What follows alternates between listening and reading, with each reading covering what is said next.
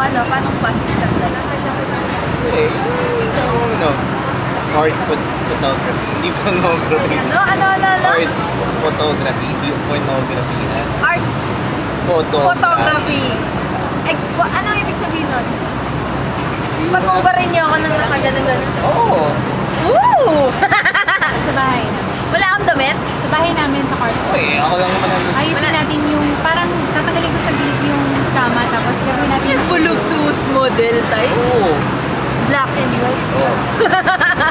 Sepia mode. parang studio na rin yung magiging itsura ng wall ng kwarto. Pwede. Oh, pwede. Nakakapagpad ko naman sa harap ko. Hindi naman hubad na hubad. Gusto ko naman, Ros. Hindi ka kasi boses mo yun. Hindi na hubad na. Kasi kung gabi po nung nangyari. Gabi, madaling araw yun. Daling araw po nangyari. Hindi ko po kasi sinasadya.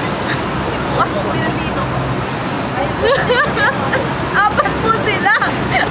Okay, tayong dalawa lang yun. Ay, dalawa lang pala kami. Sinolo niya ako. Alam mo, naka-record yan ah. Seryoso? Nangyari. Ikaw pa ang nag-mood sa, sa mukha ko. Face to face na, no? Face to face. Kuya, kasi nung gabing nun eh, wala si ma'am, di ba? Hindi ko naman alam na. Naka-robe ka rin nun. Wala na akong nagawa. Bigla ako sinuklop eh. Sinuklop? Sabi mo, Inday, bukas yung ano mo dito mo. Hindi natuwa ako. Sorry. Ano sabi, sorry? Ay, sir, nakabukas ba? Nakabukas ba? Ano siya? Sabi ko, si Ros lang naman, si Sir lang naman. Sabi niya, si sir lang naman yun. Pakito ka. Tapos may isa pang beses, nakaupo ako sa lazy boy. Naku, ano yan? Ilabas na yan. Ay, labas na.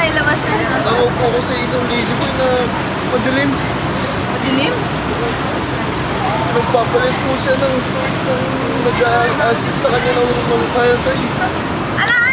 Ano? Nakita mo yun? Nagpapalit siya. Oh my God!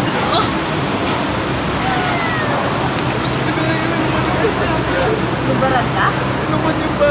Patalong ng gaga. Pantalon ko? Nakita mo? Volleyball mo. Ha? Maraming yun. Ay, yung pantalon ko?